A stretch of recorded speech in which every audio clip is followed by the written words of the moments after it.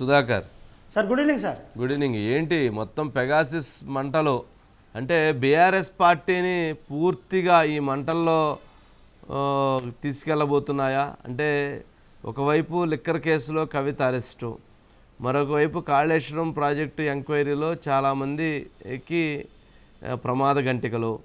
ఇప్పుడు చూస్తే అసలు ఈ సాఫ్ట్వేర్ని కొనుగోలు చేయటం ఏంటి, దీన్ని కొంతమంది ఆపరేట్ చేయటం ఏంటి, అసలు స్వేచ్ఛకి భంగం కలిగించే విధంగా ఫోన్లు ట్యాప్ చేయటం ఏంటి, వాట్సాప్ మెసేజ్ చూడటం ఏంటి, ఫోన్లు వినటం ఏంటి, వాటి పెన్ డ్రైవ్లో దెక్కించడం ఏంటి, వాడిని హార్డ్ డిస్కుల్లో పెట్టడం ఏంటి, అసలు ఇదంతా చూస్తే చాలా ప్రమాదం అంచున ఉన్నట్లుగా ఉంది కదా. ఇది బీఆర్ఎస్ పార్టీకి ఎటువంటి ప్రమాదాన్ని, ఎటువంటి ప్రమాద గంటికలను మోగిస్తుందని భావించాలి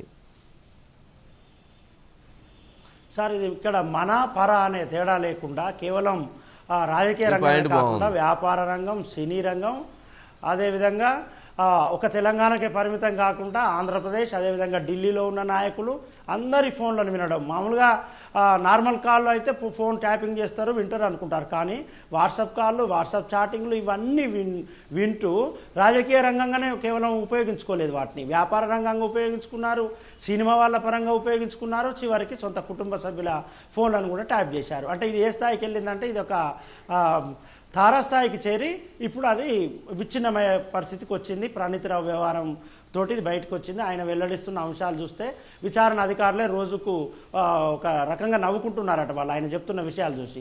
వాళ్ళు నవ్వుకోవడం ద్వారా వారి ద్వారా ఇవన్నీ బయటకు వస్తున్నాయి.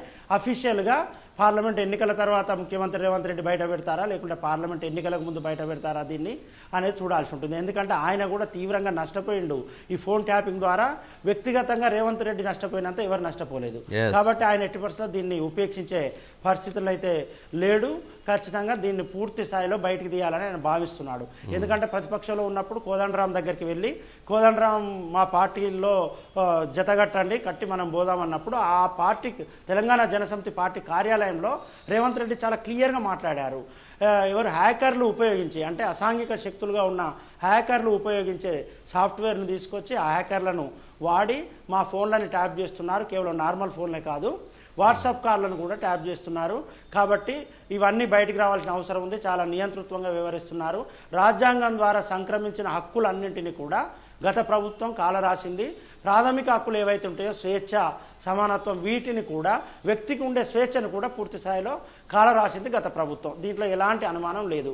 ఎంత దారుణం అంటే సార్, బీఆర్ఎస్ అభ్యర్థుల మీద పోటీ చేసే ప్రత్యర్థి పార్టీల అభ్యర్థులకు సంబంధించి నిఘా, ఎప్పటికప్పుడు వారిపైన నిఘా, వారు అడుగు తీసి అడుగు పెడితే వారి చర్యలన్నీ వీరికి తెలుస్తాయి, వారి కార్యకలాపాలన్నీ వీరికి తెలుస్తాయి. వెంటనే వారి కార్యకలాపాలను విచ్ఛిన్నం చేయడం, దానికి పోలీసులను వాడుకోవడం, ఈ ఫోన్ ట్యాపింగ్ ద్వారా విని వెంటనే వారు నన్ను అలర్ట్ చేస్తే వారు వెళ్ళి వారి మీద రైడ్ చేసి వారి దగ్గర ఉన్న డబ్బులన్నింటిని పట్టుకోవడం. ఇంత దారుణంగా. ఇక సినిమా వాళ్ళకు సంబంధించి అయితే సినిమా వాళ్ళు చాలా మంది వీరితో అంటగాగారు. వీరితో మాత్రమే అంటగాగిన వారు మరి ఇతరులతో ఎవరితోటన్నా వేరే వేరే రకాలైన వ్యవహారాలు ఉన్నాయి కాబట్టి వారికి సంబంధించిన ట్యాపింగ్ ఆ లిస్ట్ తెచ్చుకోవడం. అదేవిధంగా చివరికి వారి కుటుంబ సభ్యులు కూడా ఎవరెవరితో మాట్లాడుతున్నారనేది ఆ ట్యాపింగ్ చేసి ఆ లిస్ట్ తెచ్చుకోవడం.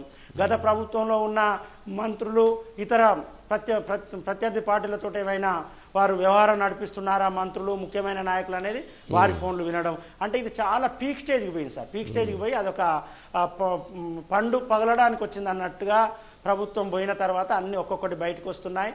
బీఆర్ఎస్ ప్రభుత్వం పైన ఇప్పుడు ఏ స్థాయిలో వ్యతిరేకత ఉందంటే, కాళేశ్వరం ప్రాజెక్టు అది పోయింది, తర్వాత టానిక్ అనే ఒక లిక్కర్ మార్ట్ దాని సంబంధం అది పోయింది, గొర్రెలలో అదొక స్కీము, దాంట్లో తీవ్రమైన అవినీతి, అదేవిధంగా ధరణిని అడ్డు పెట్టుకొని 100 ఎకరాలు 1000 ఎకరాలు ఎక్కడికక్కడ ఆఖరికి నిషేధిత ప్రాంతం ఉంటే దాంట్లో కూడా గత ప్రభుత్వ పెద్దల భార్యల పేరు మీద అవి రిజిస్ట్రేషన్ చేసుకున్నారు.